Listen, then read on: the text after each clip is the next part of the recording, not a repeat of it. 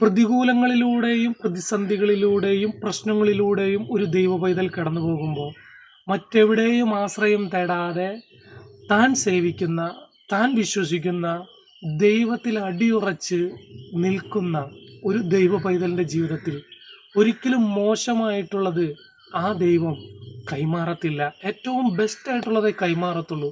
എന്നാൽ ആ ബെസ്റ്റായത് നമ്മുടെ കയ്യിലെത്തിയാൽ പോലും അതിലെ നന്മകൾ അനുഭവിക്കാൻ പറ്റാതെ, സന്തോഷം അനുഭവിക്കാൻ പറ്റാതെ, വേദനയിലൂടെ കടന്നു പോകേണ്ടി വരുന്ന അനുഭവം ഒരു പക്ഷേ ജീവിതത്തിൽ കടന്നു വരാം. അപമാനിക്കപ്പെടലും മാറ്റി നിർത്തപ്പെടലും പരിഹസിക്കപ്പെടലും ഒരു പക്ഷെ നേരിടേണ്ടി വന്നിരിക്കാം. ദൈവം അത് മോശം തന്നതുകൊണ്ടല്ല കേട്ടോ, മറിച്ച് നീ അപമാനിക്കപ്പെട്ട ഇടത്ത്, നിന്നെ പരിഹസിച്ച ഇടത്ത്, നിന്നെ ഒറ്റപ്പെടുത്തിയ ഇടത്ത്, മാറ്റി നിർത്തപ്പെട്ട ഇടത്ത്, അതേ സ്ഥലത്ത് തന്നെ ദൈവം നിന്നെ മാനിച്ചുയർത്താൻ സ്വർഗത്തിലെ പദ്ധതി ഉള്ളത് കൊണ്ടാണ്.